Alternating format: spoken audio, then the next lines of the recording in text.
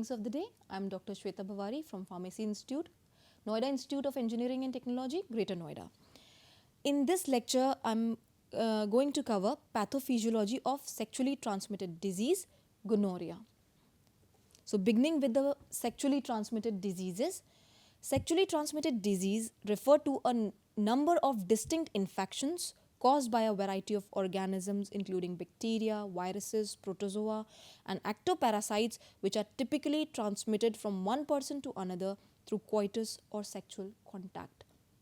Now focusing on the terminology, sexually transmitted diseases. So these are the diseases that transmit basically through sexual intercourse during coitus. That is why this is the principal mode of transmission, the major mode of transmission for spread of these type of infection. And these sexually transmitted diseases can be caused by variety of microorganisms, bacteria, they can be viruses, they can be ectoparasites, so they can be protozoa. So, why they have been named sexually transmitted disease? Because the mode of transmission, the major mode of route of transmission is the sexual contact. These sexually transmitted diseases are also commonly known as venereal diseases after Venus, the Roman goddess of love. Sexual transmission being an important mode of transmission of STDs, certain sexually transmitted diseases like human immunodeficiency virus and hepatitis, these also transmit through non-sexual contact such as through blood products, exposure through the vagina during childbirth or breastfeeding. So they also spread by sharing of blood products during blood transfusion or using sharing the needles for injections. These can also be the source of these infections, but the major mode of transmission is the sexual contact. Common causative pathogens. Now we will discuss the common causative pathogens for these STDs, the sexually transmitted diseases. The most common causative pathogens are bacteria. Bacterial infections, bacterial STDs are basically treatable. The most common bacterial infections are syphilis, gonorrhea, trichomoniasis, chancroid and chlamydia. Causative agents, the bacteria that usually cause sexually transmitted disease include Neisseria gonorrhea, Chlamydia trachomatis, Haemophilus ducreyi, Mycoplasma hominis, Shigella species and Ureaplasma urealyticum. These are the bacteria that usually cause sexually transmitted disease, but these are treatable. Now when we talk about sexually transmitted disease caused by viruses, now they are very persistent, very difficult to treat, and they can also be these sexually transmitted disease, they are very persistent and they have more impact as compared to the bacterial STDs. They are very persistent. The most common viral infections include human immunodeficiency virus, which is an STD, herpes simplex virus, human papilloma virus, hepatitis B virus and hepatitis C virus infection. These common viruses basically spread through sexual route of transmission. The other common causative pathogens include protozoa. The protozoa that cause STDs are Entamoeba histolytica, Giardia lamblia, Trichomonas vaginalis. The ectoparasites that cause STDs, sexually transmitted disease, include Thyrus pubis, Sarcoptes kb. These are the pathogens that cause STDs. Now we are going to talk about the common symptoms witnessed in sexually transmitted diseases, which are basically common to all the types of STDs. The common ones are genital ulcers or sores. These can be seen. Urethral discharge, vaginal discharge, cervical infection, lower abdominal pain, scrotal swelling and pain, rectal or pharyngeal inflammation. Now, rectal or pharyngeal inflammation when oral route and rectal roots are involved for are used for sexual intercourse basically. So it will also result in lodging of infection in the rectal area, and due to oral sexual intercourse it will lodge infection into the in the pharynx also. So rectal or pharyngeal inflammation in that scenario, and presence of papules. As I already discussed, the papules are what? They are eruptions of the skin over the mucous membranes. They are basically eruptions, small eruptions. Then coming to pathophysiology of gonorrhea. Gonorrhea is one of the most commonly sexually transmitted diseases. It is caused by Neisseria gonorrhea, an obligate human pathogen. When I use the term obligate human pathogen, these bacteria must infect a host and cannot survive outside of a host. They require, means when I use the term that Neisseria gonorrhea is an obligate human pathogen, here by this I mean that they require human host. They cannot survive outside human body. So then if for survival they need to infect one person from another, they need to spread the infection to survive. They cannot survive as such outside the host body, the human body. And for them the host is only human beings. Okay, the host, there is no other animal or other vector involved, only humans are their host. That is why obligate human pathogen. It most commonly manifests as urethritis in men and cervicitis in women. When I use the term urethritis in men, that means inflammation of the urethra. The infection basically results, the most common symptom that will occur, or the first symptom that will occur, will be the inflammation of the urethra in men and the inflammation of the cervix in the females, in women.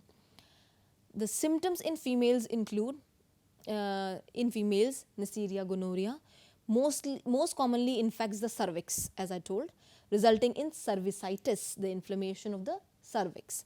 Other symptoms include vaginal discharge, dysuria, which is burning and pain sensations during micturition, or pelvic pain in the pelvic region, labial soft tissue swelling.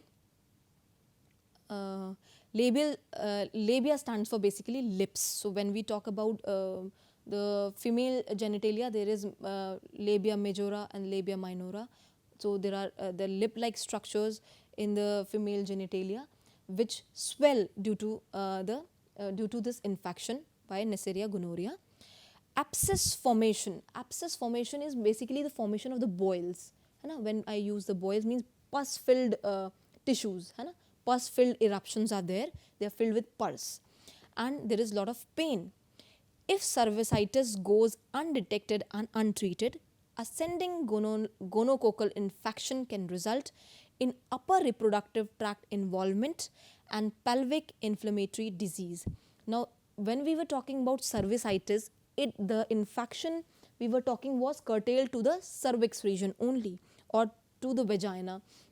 But when this sexually transmitted disease, when this infection progresses upwards, it ascends upwards, it can again result in upper reproductive tract involvement. Okay, so when we are talking about cervix, when we are talking about vagina, these are a part of reproductive tract in females. So from there, the involvement of the upper reproductive tract can also occur, and pelvic inflammatory disease can occur. Pelvic inflammatory disease is what? Basically, it manifests with there is pelvic pain, there is pain in pelvic region. This can result in infertility and increase the risk of ectopic pregnancy. What is ectopic pregnancy? That is fertilization of the ovum produced by female, the fertilization of the ovum outside the uterus. Now, the major site is fallopian tube, and this is very lethal. This can prove to be fatal. Okay, so ectopic pregnancy, it can gonorrhea, or the infection by Neisseria gonorrhea, can also result in infertility. It can also result in ectopic pregnancy, that is fertilization of the egg not in uterus but outside uterus, anywhere outside the uterus, like in fallopian tube, which can prove to be fatal because the fertilized egg will start growing in that area. This is fatal. That is not the place for the growth of fertilized egg. Then other complications include maternal transmission to children during birth, can also lead to neonatal blindness. Now, because I told you that sexually transmitted disease not only transmit through sexual intercourse. This is the primary route of transmission, of course, but it is not the only route of transmission. It also transmits from a pregnant female to the delivered child. It can also occur during breastfeeding also. So the complication is that there are chances if a infected, a gonorrhea affected female delivers a baby, delivers a child, it can result in infection in the child also, resulting in what? Neonatal blindness, blind by birth. All right, this can occur in children due to this infection. This is a major complication. The symptoms in males, the most common clinical manifestations of gonococcal disease in males include penile purulent discharge. Penile purulent discharge means discharge from the penis.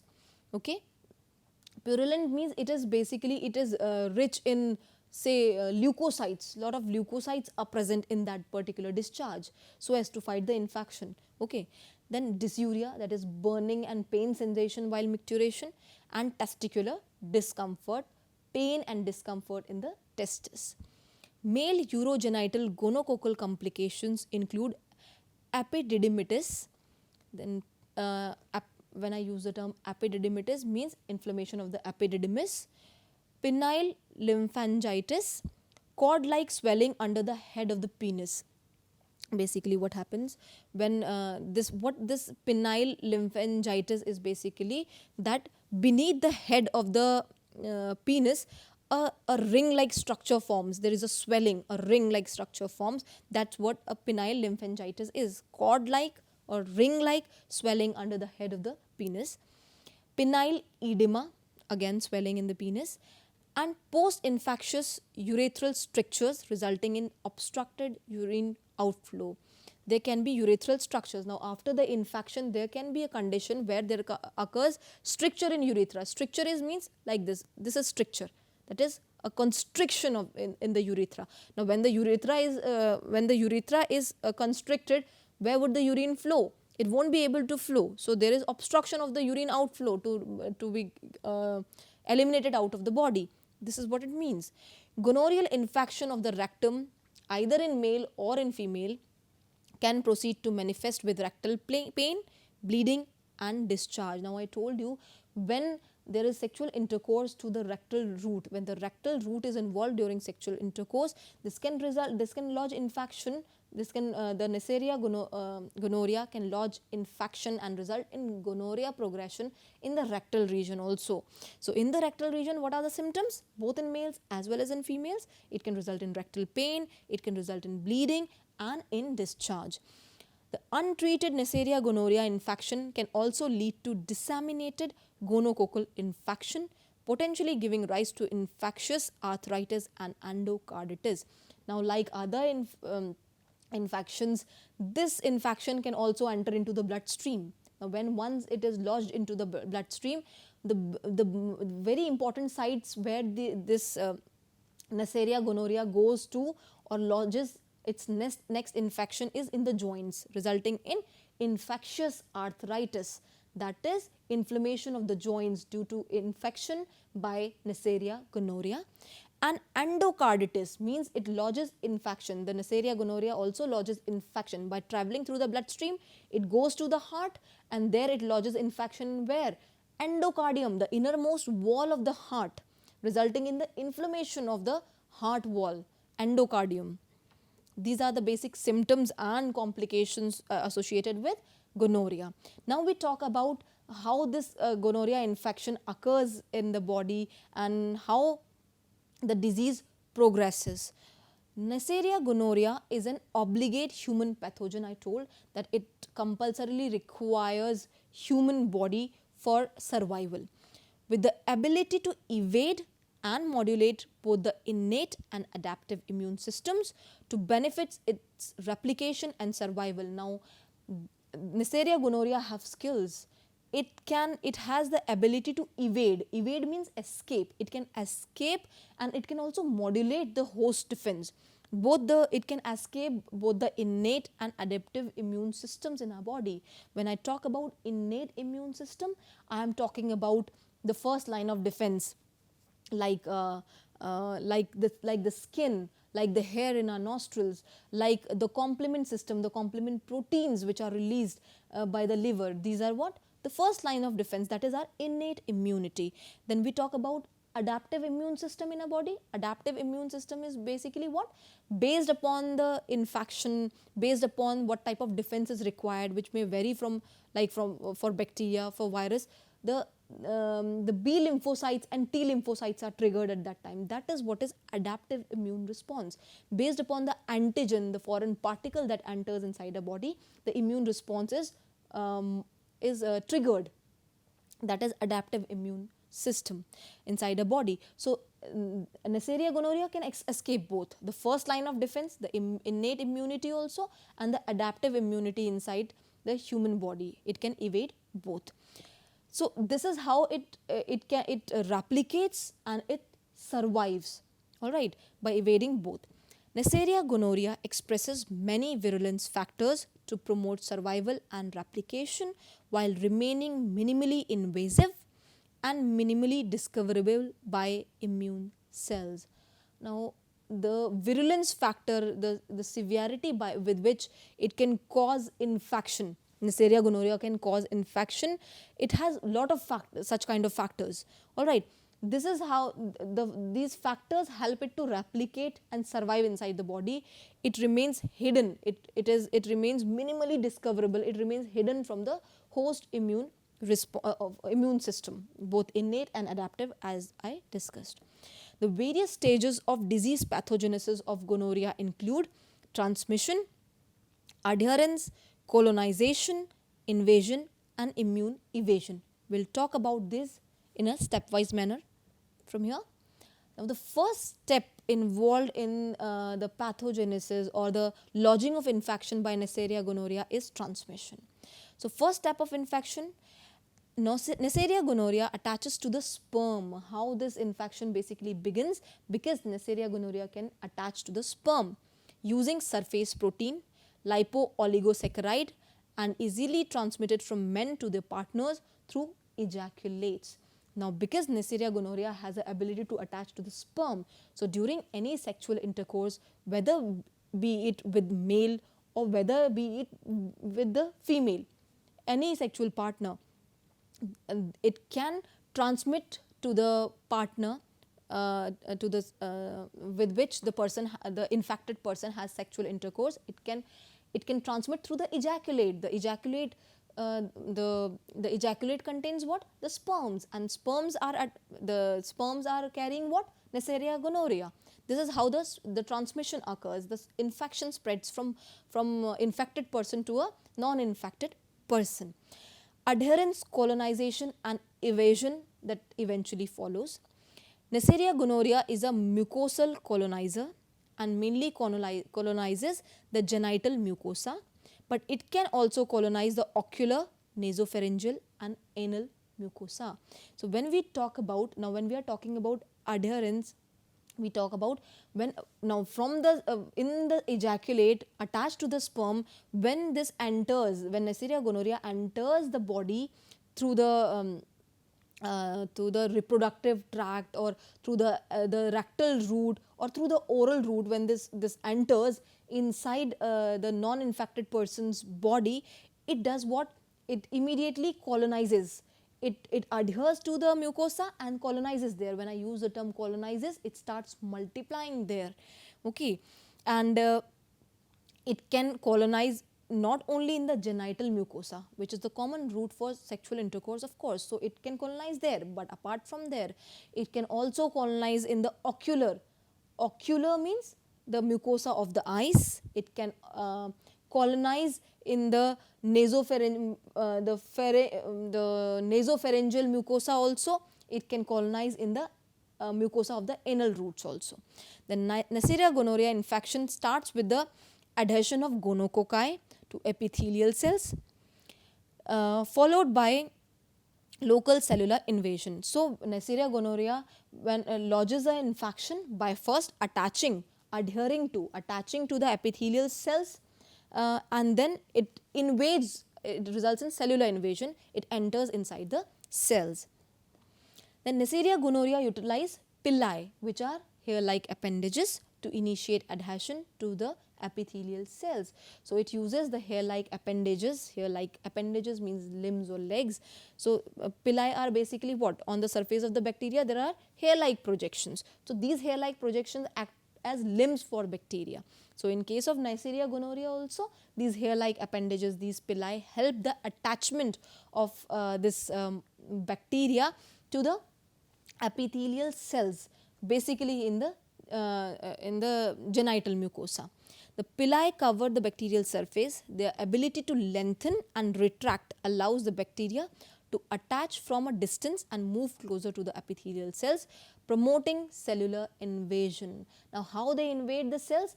They can, like we can move our limbs, we can expand and contract our limbs. Similarly, they can expand and contract, basically retract their pili also. So, from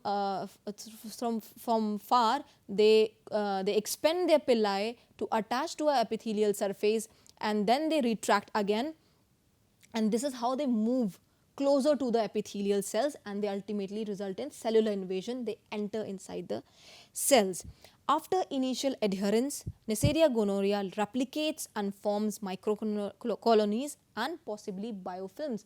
Now, when they have attached, they have invaded particular cells, they start colonizing there, they start multiplication there, they multiply there, and they also form biofilms. As I told already in my previous lecture also, biofilms are what?